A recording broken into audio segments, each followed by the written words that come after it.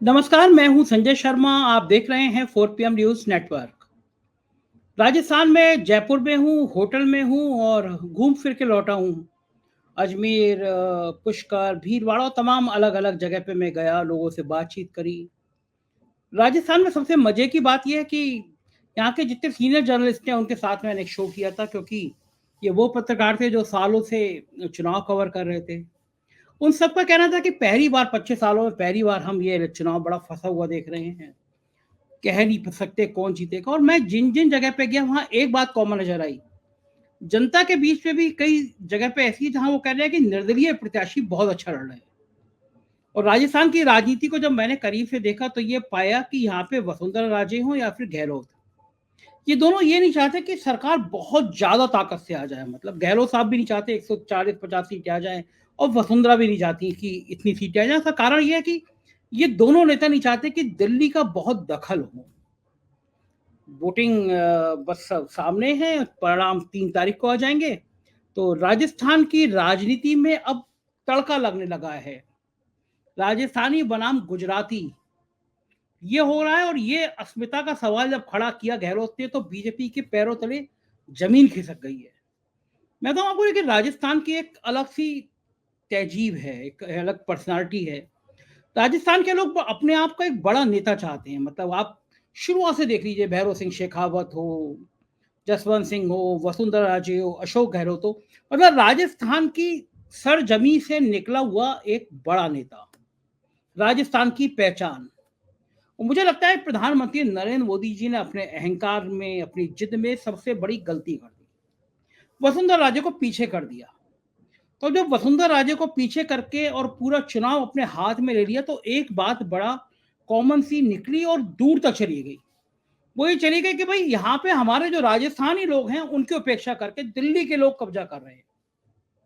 और जब उन्होंने गहलोत पर हमला किया और राजेश पायलट का नाम लेके गुर्जर जाति को भड़काने की कोशिश करी कि कांग्रेस ने गुर्जरों का अपमान किया, मल्लिकार्जुन खड़गे के होर्डिंग नहीं लगे हैं, दलितों का अपमान किया, तो फिर गहलोत की चालों का कोई जवाब नहीं है और लोग इनको असली चाणक तो मुझे लगता है कि गहलोत ही हैं। क्योंकि मैं देख रहा था कि काफ़ी सारी योजनाएँ ऐसी हैं, कहीं पे भी मुझे सरकार के खिलाफ जो एक माहौल होता है, वो माहौल नज़र नहीं आया। वरना राजस्थान का रिवाज रहता है कि 5 साल ये, 5 साल वो। तो जब 5 साल वो वाला होता है, तो 1 महीने पहले, 2 महीने पहले माहौल बनना शुरू हो जाता है, लेकिन पूरे चुनाव में गहलोत के खिलाफ कहीं मुझे माहौल बनता हुआ नज़र नहीं आया। और जो मैं कह रहा हूँ कि राजनीति के बहुत चतुर खिलाड़ी हैं गहलोत, और असली चाणक्य, तो उन्होंने एंड टाइम पे चुनाव से ठीक पहले चाल चल दी और कहा कि हमारे राजस्थान का स्वाभिमान।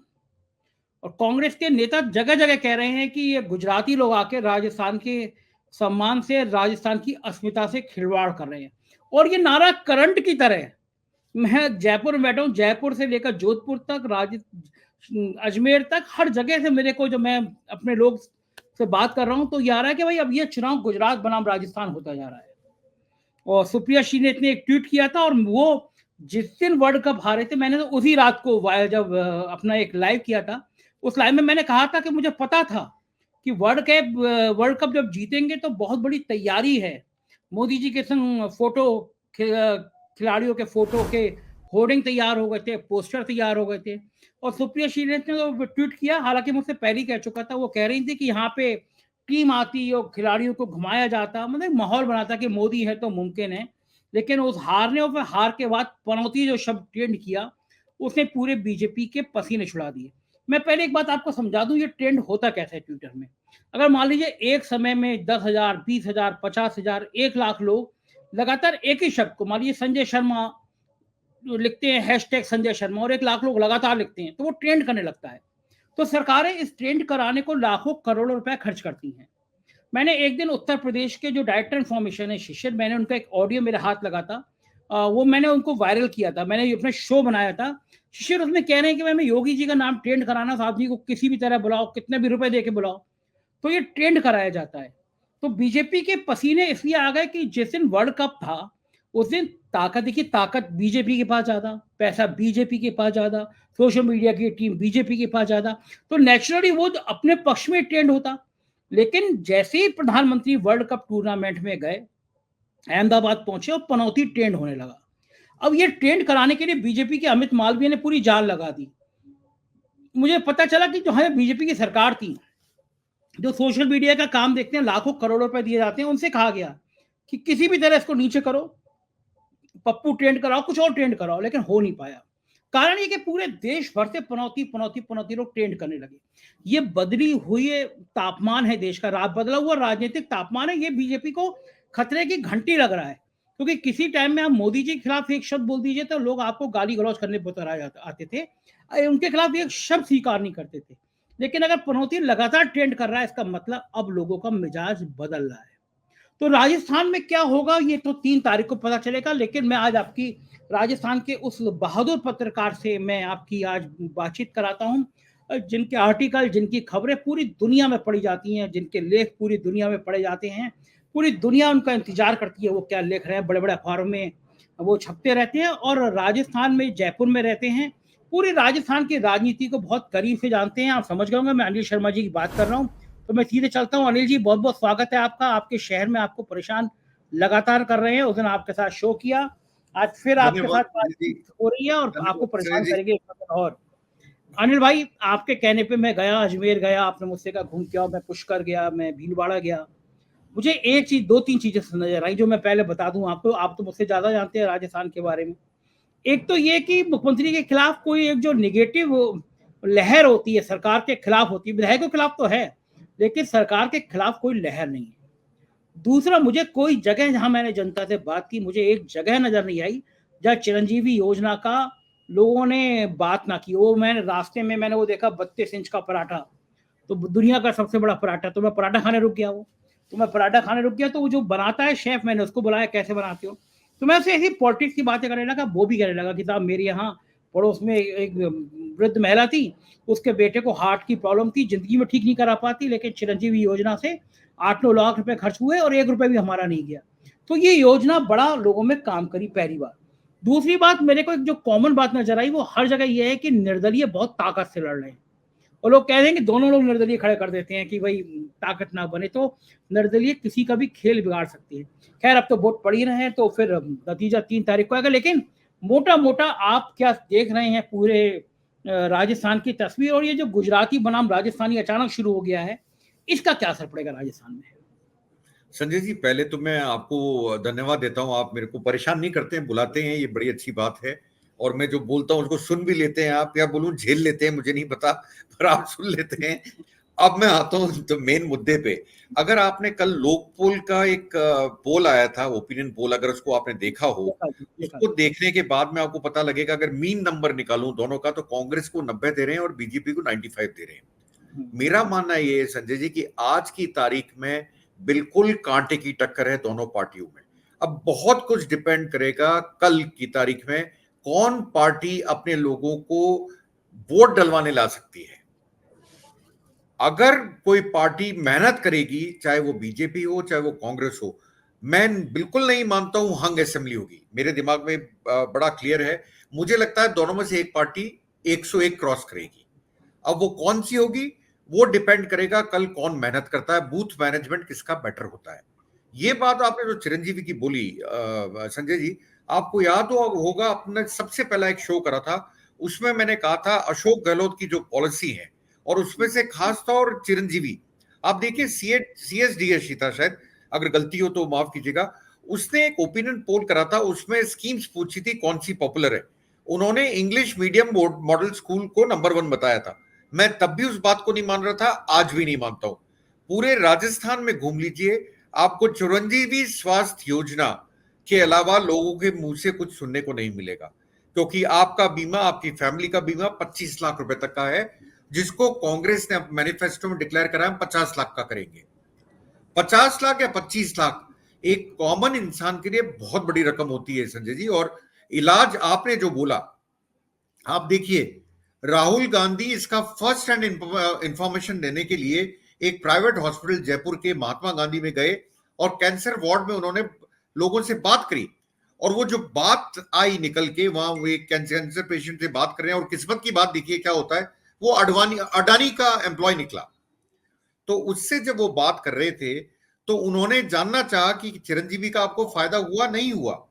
उसने कहा अगर चिरंजीव नहीं होती तो मैं करा भी नहीं सकता था अपना इलाज। क्यों? कैंसर के इलाज में मैं मानता हूं आदमी तो बेचारा परेशान होता ही है, पर कैंसर के इलाज में को महंगा इलाज है, बहुत महंगा इलाज है, पूरी फैमिली परेशान होती है।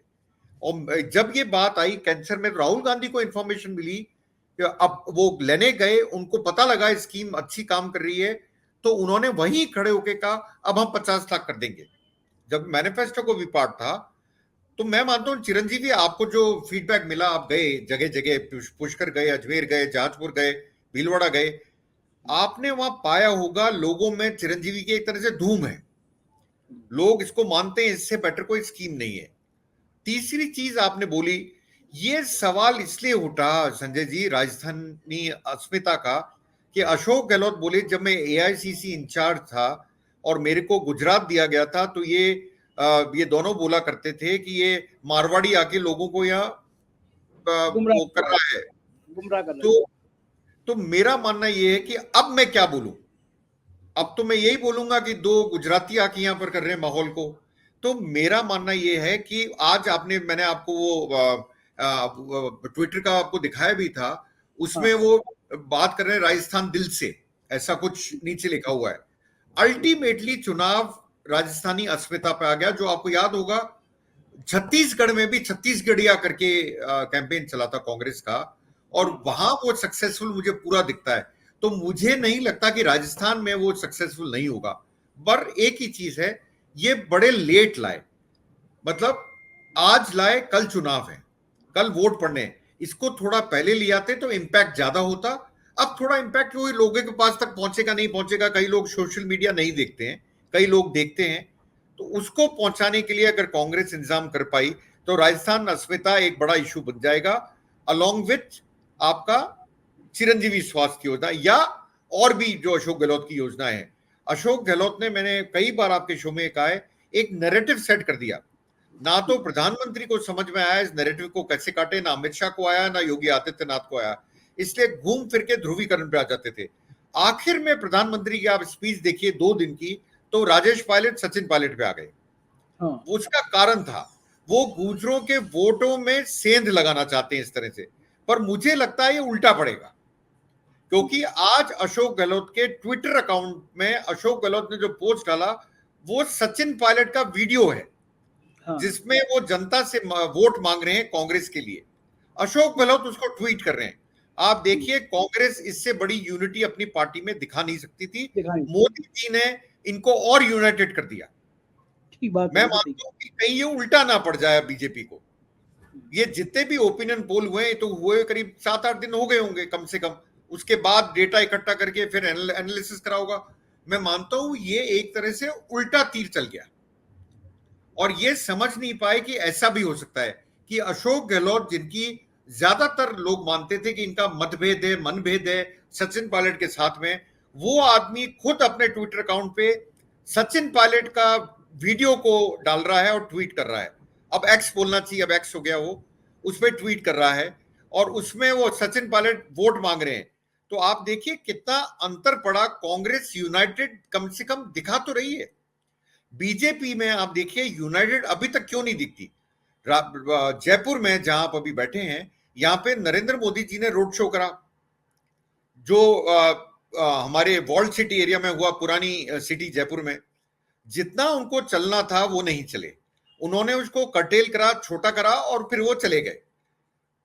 उसमें रिस्पॉन्स जितना आना चाहिए था संजय जी उतना नहीं आया। रिक्वायर्ड रिस्पॉन्स जिसको बोलते हैं, भीड़ थी पर इतनी नहीं थी कि आप समझ पाओ कि साहब ये तो लाखों की तादाद में आदमी आ गए।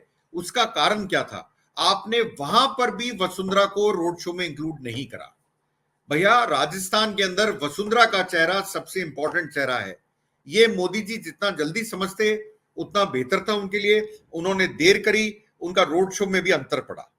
तो मेरा मानना है संजय जी कि ये सारी चीजें मिलके मुझे लगता है कि कहीं ना कहीं, आप मुझे बताइए, जनवरी में हम बात कर रहे थे कि बीजेपी कांग्रेस की 25 से 30 सीट आएंगी, फिर हम आगे बढ़े 2-3 महीने बाद हमने कहा 50 सीट आएंगी।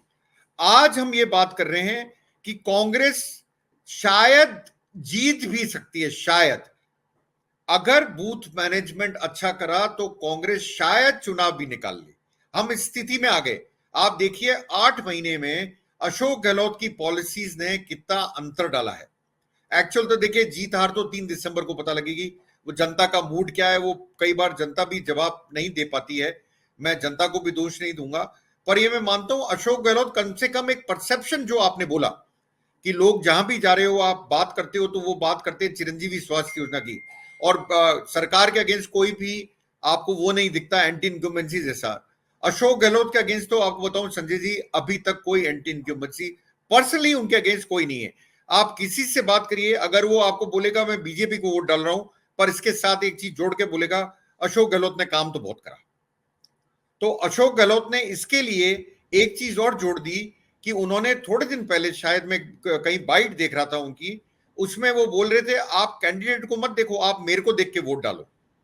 उस एंटी इनकम्बेंसी को काटने के लिए भी उन्होंने कहा मैं हूं आपके लिए, आप मेरे को डालो। तो आप देखिए मतलब अभी तक जो अशोक गहलोत ने काम करे, उसके बाद जो इलेक्शन मैनेजमेंट करा, वो उनको एकदम से उस स्थिति में ले आया जहां लोग बोलने पे मजबूर हो गए शायद कांग्रेस भी जीत जाए। सही बात तो है, ये बिल्कुल सही बात। बहुत बड़ी बात है। अब देखिए जीत हार तो 3 तारीख को पता लगेगी, पर मैं मानता हूं अशोक गहलोत अपने प्रति एक लोगों की भावना को अपने प्रति करने में काफी कामयाब हुए हैं, जिसको हम अंग्रेजी में परसेप्शन बोलते हैं, वो क्रिएट करने में कामयाब हुए। अब देखना ये 3 तारीख को क्या होता है संजय जी। अनिल जी, आपने बड़ी महत्वपूर्ण बात करी। एक रोड शो होते हैं प्रधानमंत्री के, उसमें सीपी जोशी, जो शायद सीपी जोशी थे, बराबर में खड़े हुए थे, बिल्कुल बिल्कुल उन्हें बिल्कुल। हाथ हिलाने की भी अनुमति नहीं थी। वो बिल्कुल अटेंशन वाली मुद्रा में खड़े हुए थे कि हाथ सिर्फ मोदी जी हिलाएंगे। वसुंधरा राजे सबसे बड़ा चेहरा। और जो मैंने कहा, आपने कहा, मैं आपकी बात पर थोड़ा सा मैं खंडन कर रहा हूँ कि आपको लगा कि समय कम है, वहां तक पहुंच पाएगा, नहीं पहुंच पाएगी बात। लेकिन मैं तो पुष्कर से, अजमेर से, हर जगह देख रहा हूँ कि ये बिना विज्ञापन किए, बिना कई बात तो पहुंच गई है। लोग कह रहे हैं कि भाई वसुंधरा को पीछे नहीं करना चाहिए, हमारी नेता है वो, हमारी राजस्थान की बात है ये। तो ये जो हमारा राजस्थान, राजस्थान के खून में मर्दानगी है। मतलब इस बात को कोई कितना ही कमेंट करे, कुछ करे, बहादुरों वाला राज है ये, बहादुरी का राज है और अपना राज है। मतलब उनको लगता है हमारी जमीन, हमारी भूमि और हमारा व्यक्ति। तो जो हमारा व्यक्ति है उसकी उपेक्षा की गई रोड शो में। अगर प्रधानमंत्री जी ने 2-3-4 जितने रोड शो किए, वसुंधरा साथ खड़ी होती, हाथ हिला रही होती, तो मैसेज बहुत बढ़िया जाता। दूसरी तरफ मैंने देखा प्रियंका के साथ, राहुल गांधी के साथ, पायलट और गहलोत दोनों साथ साथ हैं। यानी राहुल गांधी आ रहे हैं, प्रियंका आ रहे हैं, तो गहलोत भी हैं, पायलट भी हैं। जो व्यक्तिगत केमिस्ट्री है कांग्रेस के नेताओं की, वो बहुत बेहतर नजर आई बीच में। और भारतीय जनता पार्टी के कार्यकर्ता से लेकर नेताओं तक ये मैसेज है कि वसुंधरा राजे को किनारे कर रहे हैं, वसुंधरा का कैरियर खत्म कर रहे हैं, वसुंधरा के लोगों को टिकट नहीं दे रहे हैं। तो ये हारी हुई भाजपा मैं इसलिए कह रहा हूं, अपनों से जब लड़ाई होती है तो आदमी हार जाता है। तो अपनों से हारी हुई भाजपा, लोगों के मन में ये बात आ गई कि वसुंधरा का अपमान कर रहे हैं, तो अब हम निपटाते हैं इनको। मुझे लगता है अनिल जी, मैं कह नहीं सकता, लेकिन मुझे लगता है कि बीजेपी के कार्यकर्ता इस बार मतदान में भी कम हिस्सा लेंगे, क्योंकि उनकी नेता का अपमान हुआ है। आप लगता है आपको ये बात की, अपनी बात, अपना मान, अपना सम्मान की चर्चा हो रही है राजस्थान में? बिल्कुल हो रही है। कल से, जब से मैं कहता हूं अशोक गहलोत का एक मास्टर स्ट्रोक था, जब से उन्होंने प्रेस कॉन्फ्रेंस में ये बोला कल से, तब से आप अंतर देख लीजिए, लोगों में राजस्थानी अस्मिता की बात उठने लगी है। लोग बोलने लगे हैं कि ये हमारा राजस्थान है, हमें डिसाइड करने दीजिए हमें किसको चुनना है। तो अस्मिता पे बात लेके आ गए अशोक गहलोत, इसमें कोई शक नहीं है। और आजकल सबसे ज्यादा चीज किससे पूछते हैं, पहुंचती है लोगों तक, मैं बोलता हूं माउथ पब्लिसिटी से। आप कैसी भी पब्लिसिटी कर लीजिए, माउथ पब्लिसिटी को कोई बीट नहीं कर सकता, क्योंकि उसमें दम होता है। कोई आदमी बोलता है अरे तो राजस्थानी अस्मिता का सवाल है, 1 2 3 4 नंबर बढ़ता जाता है फिर वो। तो मैं मानता हूं, मैंने अभी कहा आपको कि ये जो पोस्टर, आज पोस्टर क्या, जो एड रिलीज हुआ, मैं मानता हूं थोड़ा डिले हुआ, हो सकता है कल के अखबारों में ये फ्रंट पेज पे हो, मुझे नहीं होगा, पता, होगा, हो सकता बिल्कुल। है ये कल के अखबारों में फ्रंट पेज पे हो, क्योंकि ये अब मेन इशू बन गया है कि ये राजस्थानी अस्मिता का सवाल है और मैं आपके लिए हूं। और राजस्थानी में उन्होंने बोला भी, मैं थांसू दूर को नहीं, मतलब मैं आप लोगों से दूर नहीं हूं, वो नहीं। मैं आप लोगों के लिए यहां बैठा हूं। हम राजस्थान में यही बोलते हैं। उन्होंने इस शब्द को राजस्थानी में जवाब दिया, मैं थांसू दूर को नहीं, इसका मतलब मैं आप लोगों से दूर नहीं हूं, आपके बीच का आदमी हूं, आपके यहां से आता हूं, आपके बीच का आदमी हूं। ये 2 मास्टर स्ट्रोक एक दिन में, एक तो सचिन पायलट का वीडियो और उसको ट्वीट करना अशोक गहलोत के पर्सनल अकाउंट से, बहुत बड़ी बात थी। और उसके बाद में राजस्थानी दिल से, ये हाँ। 2 चीजें मैं मानता हूं काफी बड़ी बात है लास्ट में आते आते। एक संजय चीज जी। और अनिल जी एक चीज और मैं आज देख रहा था, बहुत सारे अखबार में विज्ञापन थे बहुत जम के, उसमें लिखा हुआ था मोदी की गारंटी। मुझे राजस्थान के मेरे मित्रों ने कम से कम 10 या 12 ने एक वीडियो भेजा है, उसमें है कि मोदी की गारंटी, उसके ऊपर लिखा हुआ है मोदी की गारंटी। उसमें प्रधानमंत्री जी कह रहे हैं भाइयों और बहनों, मैं प्रधानमंत्री बना तो काला धन वापस आ जाएगा, मोदी की गारंटी नंबर 1। और फिर सवाल है कि आपको पता है कि काला धन तो आया नहीं, यहाँ के लोग लेके भाग गए, चौकसी विजय माल्या सब लेके भाग गए। फिर उसी में लिखा है अगला नंबर 2, भाई और बहनों हर साल सरकार 2 करोड़ नौकरियां देगी। फिर नीचे लिखा है नौकरी का मतलब पकौड़े तलो। फिर उस विज्ञापन में लिखा है कि 2022 तक सबके सर पर छत होगी, सबको मकान। फिर लिखा है कि अभी भी करोड़ों लोग खुले आसमान के नीचे सो रहे हैं। फिर उसमें लिखा है कि जमाखोरों पे, व्यापार काला धन वालों पे बड़ी कार्रवाई होगी। फिर नीचे अंबानी अडानी के नाम है। इस तरह की मोदी की गारंटी जो मोदी जी ने कही है, जो जुमलेबाजी करी है, उन सबका विज्ञापन, और ये कम से कम 10 बार मेरे पास में व्हाट्सएप पे घूम फिर के आ गया है। और फिर उसके नीचे लिखा है कि गुजरातियों का राज राजस्थान में नहीं चलेगा। मतलब वो जो मैं कह रहा हूं ना, व्हाट्सएप शुरू हो गया है।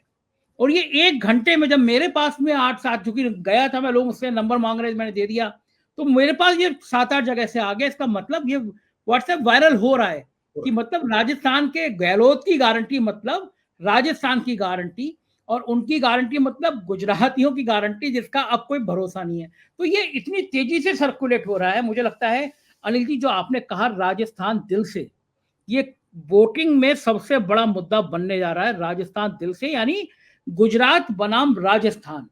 और ये अगर सुबह होते होते और ये दोपहर होते होते चुनाव के परवान चढ़ते चढ़ते विज्ञापनों में आते आते चढ़ गया, तो डिब्बा गोल हो जाएगा अनिल जी। फिर लड़ाई नहीं रहेगी, गहलोत साहब फिर आराम से तख्तपोशी पे नजर आएंगे अगर ये मुद्दा, क्योंकि मैंने महसूस किया यहाँ के लोगों में, जलेबी खा रहा था वो भी वही राजस्थान की बातें, राजस्थान के लोग। और ये मुद्दा ऐसा होता ही है, मैं हूं या आप हूं अपने राज्य का होता, राजस्थान तो उन जगह से है जहाँ के मैंने कहा ना खून में रवानगी है। एक चीज और अनिल जी जिसपे बहुत बुरी तरह पत्ते पटे, कन्हैयालाल दर्जी, कन्हैयालाल दर्जी, कन्हैयालाल दर्जी। मैं यहाँ के मीडिया प्रभारी कांग्रेस, मैं वो लौट के आ रहे थे अजमेर से, मैं जा रहा था अजमेर, रास्ते में चाय की दुकान में मिल गए, वहीं दुकान पे बैठ के मैंने उनका इंटरव्यू किया। मैंने सवाल किया भाई आपके ऊपर आरोप है कन्हैयालाल दर्जी की हत्या हुई और आपने, तो उन्होंने तुरंत 1 सेकंड के अंदर वीडियो निकाल के दिखाया। बोले ये रहे हत्यारे, पीछे दीनदयाल उपाध्याय जी की फोटो लगी है, ये भारतीय जनता पार्टी के नेताओं के साथ खड़े हैं, एनआईए जांच कर रही है, आज इतने साल हो गए, सजा नहीं दिला रही है, जांच आगे नहीं बढ़ रही है। क्योंकि चाहे राजस्थान में बलात्कार हो या हत्या हो, संबंध जुड़ते हैं बीजेपी के नेताओं के साथ। तो जो कन्हैयालाल के बहाने जो कम्युनल कार्ड खेलने की कोशिश की गई राजस्थान में, अनिल जी मुझे तो कहीं इस बार नजर आया नहीं कि सांप्रदायिक आधार पर राजस्थान में ध्रुवीकरण हो रहा हो, हिंदू मुसलमान के नाम पर ध्रुवीकरण हो रहा हो। मुझे लग रहा है कि राजस्थान में विकास की बात और राजस्थान के स्वाभिमान की बात ज्यादा हो रही है। आपको लगता है क्या कम्युनल कार्ड चला इस बार राजस्थान में?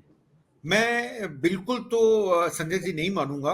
कुछ एरियाज ऐसे हैं जहां पे कम्युनल कार्ड चला है, पर वो कम्युनिटी ज्यादातर बीजेपी को ही वोट देती है। मतलब मैं ये बोलूंगा जितनी जगह चला है वो लोग हैं जो बीजेपी के ट्रेडिशनल वोटर्स हैं, बाकी लोगों में नहीं चला। और आप देखिए कन्हैया लाल को 3 बार 2 बार इशू बनाने के बाद में कन्हैया लाल भूल गए, क्योंकि उसके बाद में मुख्यमंत्री ने उस टॉपिक को उठा दिया, कह दिया आपके पास से मेरा क्या लेन देना, मैं तो जाके 50 लाख का चेक दिया है और साथ में उनके 2 बेटों को नौकरी दिया है। और आपकी कमजोरी सरकार की तब होती है संजय जी जब आप उसको पकड़ नहीं पाते। हाँ, सही जो आपने तो 3 घंटे 2 से 4 घंटे के बीच में गिरफ्तार कर लिया था उन दोनों लोगों को, और गिरफ्तार करके आपने जेल के पीछे डाल दिया था। पर आपकी गलती कहां पर है? सरकार ने सारा काम करा, एनआईए ने आके उसको केस को अपने ऊपर ले लिया और एनआईए अभी तक कुछ नहीं कर पा रही। तो दोष किसका है? जब ये गहलोत खुद बोले तो इसका अंतर पड़ा फिर। इसलिए मोदी जी और योगी आदित्यनाथ भी कन्हैयालाल को भूल गए थोड़े दिनों बाद। वो कन्हैयालाल को छोड़ के और करौली और हमारे वो आपके क्या निकलता है रामनवमी पे जुलूस, इनकी बातें करने लगे। मतलब कन्हैयालाल एकदम से बैकफुट पे चले गया। और तब भी उठाया गया था केस, बताऊं उनके बेटे ने एक इंटरव्यू दिया एक अखबार को, और उसमें उन्होंने साफ कहा कि मेरे पिताजी को पॉलिटिकल झगड़े में मत लाओ, मेरी विनती है। तब भी ये उठा रहे थे, पर जब अशोक गहलोत ने इसका जवाब दिया, तब जब कलाई खोली कि इसमें है क्या, तब लोगों को समझ में आने लगा। पर एक चीज मानिए संजय जी, जो बीजेपी का हार्डकोर वोट है वो इस चीज को कभी नहीं मानेगा। ये बात तो आप मान के चलिए, उनके इससे अंतर भी नहीं। बिल्कुल ठीक बात है, उन लोगों से अगर आप बात करेंगे तो उनके यहाँ तो ध्रुवीकरण की बात होगी होगी। नहीं, वो तो मैं, आप बीजेपी कितना भी राष्ट्रीय स्तर पे कितना भी नीचे चली जाएगी, 19-20% वोट होता ही है उसका। लेकिन अगर हम राष्ट्र के परिदृश्य में देखेंगे अनिल जी, 2019 में बालाकोट हो गया, राष्ट्रवाद चरम पे था, लोग मोदी जी को भगवान विष्णु कह रहे थे, मतलब उनके बारे में कोई नेगेटिव बात नहीं थी। तब भी देश भर में बीजेपी को मिला तो 37% वोट, यानी 63% तो जो वोट पड़े उसमें से उनके खिलाफ ही थे, बटे हुए थे। तो बीजेपी का जो मैक्सिमम वोट गया देश में 37% गया। अब तो उसका आधा भी भावनाओं जोर पे नहीं है। राजस्थान में भी जो इतनी कम्युनल लाइन पे लेने की कोशिश की गई, आप खुद ही बता रहे हैं कि वो बैकफुट पे आए, क्योंकि राजस्थान में जमीन नहीं मिली, सांप्रदाय। और मजे की बात अनिल जी, प्रधानमंत्री जी केदारनाथ जाते हैं, कहीं और जाते हैं, इस बार वो मथुरा पहुंच गए, फिर उन्हें मथुरा में संदेश देने की कोशिश करी चुनाव से पहले कि अयोध्या हो गया, काशी हो गया, अब मथुरा की बारी है। तो हर संजय जी इसमें आपको रोकूंगा बीच में। मथुरा जाने का, मीराबाई को याद करने का भी एक पर्पस है। राजस्थान इलेक्शन से जोड़ के देखिए इसको आप। हमारा जो एरिया है भरतपुर, वो पूरा डिवीजन ब्रज भाषा बोलता है। वो बिल्कुल ब्रज में मिला हुआ है, घुला हुआ है। वहां पिछली बार बीजेपी को एक भी सीट नहीं मिली थी पूरे डिवीजन में। तो उन्होंने सोचा यहां का असर, अरे मीराबाई जी पहली बार याद आई है आपको, उसका असर आपके भरतपुर में भी पड़ेगा, क्योंकि यहाँ कैनवेसिंग बंद हो गई थी 5 बजे, तो आप पहुंच गए मथुरा और आपने मथुरा में जाके बात उठाई। इसका असर उन्होंने सोचा चित्तौड़ में हम फंसे हुए हैं, जहां पर आपका एक रिबेल खड़ा है, आख्या ने आपकी हालत खराब कर रखी है एज इंडिपेंडेंट कैंडिडेट। तो आपने सोचा कि मैं दोनों को, क्यों मीराबाई चित्तौड़ से आती थी, आपने दोनों को घेरने की कोशिश करी। देखिए नरेंद्र मोदी बिना मैसेज के कोई राजनीति नहीं करते हैं।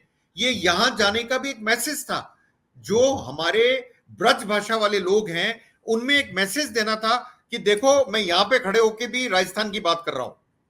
तो ये एक मैसेज देने का वो कामयाब कितने हुए, नहीं हुए, क्योंकि भरतपुर डिवीजन में शायद मैं गलती पे नहीं हूं तो बीजेपी को एक भी सीट नहीं मिली थी पिछली बार ईस्टर्न राजस्थान के एक पार्ट में। तो इससे आप अंदाजा लगा लिए मीराबाई बड़ा इंपॉर्टेंट इशू था उनके लिए। आज तक तो मीराबाई थी किसी को याद ही नहीं करा किसी ने। योगी जी भी पहुंच गए, प्रधानमंत्री भी पहुंच गए, सब पहुंच गए वहां पर मथुरा में। और मजे की बात लेकिन अनिल जी ये है कि जैसे मैं जादूगर हूं, मैं ये मुट्ठी खोलूं और इस मुट्ठी में से एक अमूल की चॉकलेट निकले, मैं दोबारा मुट्ठी खोलूं फिर अमूल चॉकलेट निकले, तो चौथी बार में आदमी समझ जाएगा ये मुट्ठी खोलेगा तो अमूल की चॉकलेट निकलेगी। तो प्रधानमंत्री चुनाव से पहले जैसे ही जाते हैं, सोशल मीडिया पे बाढ़ आ जाती है, देखो फिर प्रधानमंत्री जी ये कर रहे हैं, फिर प्रधानमंत्री जी कर रहे हैं, अब चुनाव आया फिर ये किसी मंदिर में जाएंगे। एक्चुअल में पत्ते जितने होते हैं ना, पत्ते खुल जाना, पत्ते पिट जाना, एक्सपोज हो जाना, प्रधानमंत्री जी के अब ये सारे दांव पे जो है ना ये एक्सपोज हो गए हैं कि चुनाव आएगा आप भावुक हो जाएंगे, आप देश का चुनाव आएगा आप कहेंगे मुझे गालियां मिलती हैं, मेरे को डर लगता है, मैं आंखों में आंसू आ जाएंगे। ये चीजें अब जनता देख चुकी है, अब ये नाटक करेंगे प्रधानमंत्री जी। तो अब वो मीराबाई के जैसे आपने कहा, मैंने वो किला देखा है जहाँ मीराबाई का बना हुआ है सारी चीजें, लेकिन अब एंड चुनाव पे तो जनता जागरूक है, उसको पता है कि आप क्यों गए थे वहां पे, आपके जाने भर से वो वोट कर दे आपको। वही वाली बात है ना, यहाँ पे राजस्थान में आप आके राजस्थानी अस्मिता को करोगे, गुजरात में कहोगे कि ये 2 राजस्थानी आ गए हैं मारवाड़ी, इनकी बातों में ध्यान मत करना, तो डायलॉग तो याद कराए जाएंगे ना राजस्थान में। वही गलती कर गए मेरे हिसाब से जी। अगर ये वसुंधरा को फेस बनाते, पहले दिन से वसुंधरा मुख्यमंत्री का चेहरा होती, तो मुझे लगता है जी ये चुनाव भारतीय जनता पार्टी आसानी से जीत जाती। आपको लगता है क्या? बिल्कुल सही कर रहे हैं आप।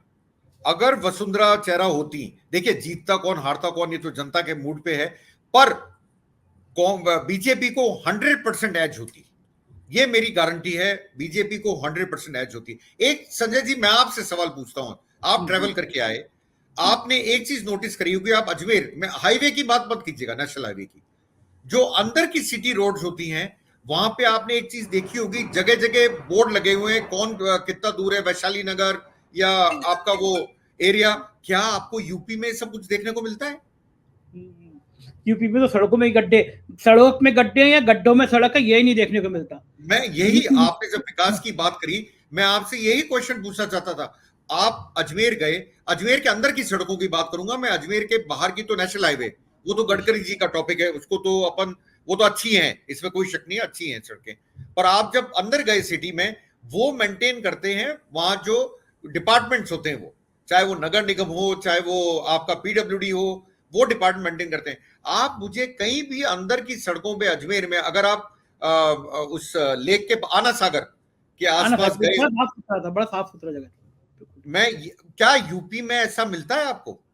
मेरा एक डायरेक्ट क्वेश्चन है आपसे। यूपी में देखिए, हमारे ड्राइवर ने कल मुझसे कहा, अब वो हम लोग आ रहे थे, चूंकि कल रात को हम लोगों ने जहाजपुर में इंटरव्यू किया, तो आधी रात हो चुकी थी, तो ये हुआ कि भाई आसपास कहीं होटल में रुक लिया जाए।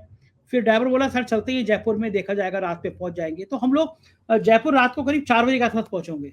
तो जो ड्राइवर ने कहा, मैं वो आपको बता रहा हूँ। हम मध्य प्रदेश भी गए थे चुनाव कवर करने के लिए। ड्राइवर कहता है कि सर यहाँ पे 100 पे चलाते समय उत्तर प्रदेश में, मध्य प्रदेश में डर लगता था कि गाय कहाँ ना बैठी हूँ। हम पूरे राजस्थान में घूम आए, हमें किसी हाईवे पे गाय नजर नहीं आई, कहीं जानवर नजर नहीं आया जिससे डर के टकराते हैं लोग, मर जाते हैं लोग, सांड ऐसे भीड़ में घुस के मार देते हैं, ये नजर नहीं आया। तो वो कल रात को ये बात हो रही थी कि राजस्थान कम से कम व्यवस्थित है, और ये नजर आ रहा है, साफ सुथरा है, नजर आ रहा है, साइन बोर्ड लगे हैं, नजर आ रहे हैं। तो ये काम तो हुए हैं।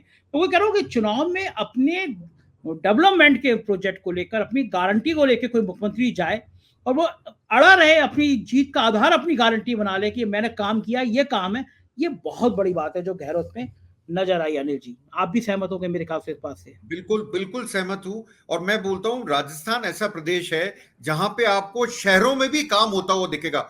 इसके आप शायद वहां भी गए थे, जहाजपुर। गया था मैं जहाजपुर। आप जहाजपुर गए हो, वो कोई सिटी नहीं है, कोई बड़ा टाउन नहीं है, वो हाँ, छोटा टाउन था, छोटा टाउन है। वहां भी आपको सड़कें अच्छी मिली होंगी 100%, बिल्कुल सड़क क्योंकि काम हुआ है। मैं कहता हूं नेशनल हाईवे तो सेंट्रल गवर्नमेंट का काम, उसको तो एक बार अपन किनारे करते हैं, अच्छी है। जो सिटी रोड्स हैं वो भी मैं मानता हूं राजस्थान में। अब आप जयपुर में जहां रुके हैं, वो सड़क देखिए, उसको जवाहरलाल नेहरू मार्ग कहते हैं, वो सड़क देखिए आप एक बार। अगर आप विधानसभा के सामने जाएंगे, जिसको जनपद बोलते हैं, आप वो सड़क बोलेंगे, देखेंगे तो आप बोलेंगे इससे खूबसूरत क्या मिलेगा मुझे देखने को। तो आपको ये सिर्फ कंपैरिजन बताना चाहता था। आप मध्य प्रदेश गए, आप मध्य प्रदेश में भी रहे, आप यूपी में रहते हैं, आपने दोनों जगह का एक्सपीरियंस करा। आप मेरे से बेहतर बता सकते हैं कि मेरा एक्सपीरियंस वहां का और यहाँ का क्या अंतर है। निश्चित रूप से दोनों जगह से राजस्थान बहुत बेहतर था। विकास में जो नजर आ रहा उसमें राजस्थान मेरे हिसाब से आधा भी नहीं है यूपी और मध्य प्रदेश राजस्थान की जगह पे। तो शायद यही कारण है कि आम जनता ये बात कर रही है, मुख्यमंत्री की बात कर रही है। और मैं तो ये देखता हूँ कि यहाँ पे होता था 5 साल ये 5 साल वो, और जब वो आते थे तो लहर पहली चल जाती थी। लेकिन इस बार आप जैसा जब इंटेलेक्चुअल पत्रकार, इतना सीनियर जर्नलिस्ट भी कह रहा है कि बहुत कड़ा मुकाबला है, कुछ कह नहीं सकते, ये बात हर जगह लोग कह रहे हैं। तो जाहिर है कि राजस्थान 3 दिसंबर को कोई चौंकाने वाले नतीजे भी दे सकता है। शुक्रिया अनिल जी, आपने हमें इतना कीमती समय दिया, और आपसे मिलकर पूरे राजस्थान की सारी चीजें एकदम तरोताजा होती हैं। हम फिर आपको परेशान करते रहेंगे राजस्थान का हालचाल जानने के लिए। शुक्रिया, थैंक यू। ये थे अनिल शर्मा जी, राजस्थान के बहुत सीनियर जर्नलिस्ट, और जिनको मैं कहूँगा कि राजस्थान की पूरी जन्म पत्री उनके हाथ में रहती है। और बात बिल्कुल सही कह रहे थे कि कोई मुख्यमंत्री इतना डेवलपमेंट के आधार पे काम करने जाए तो ये ताज्जुब की बात है।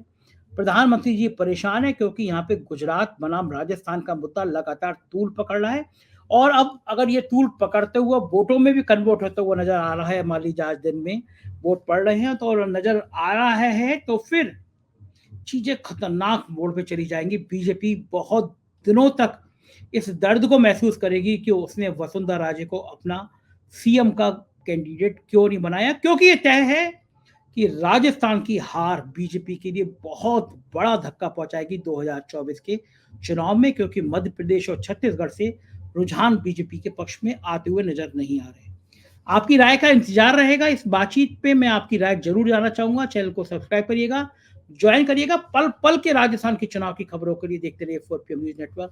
शुक्रिया, थैंक यू।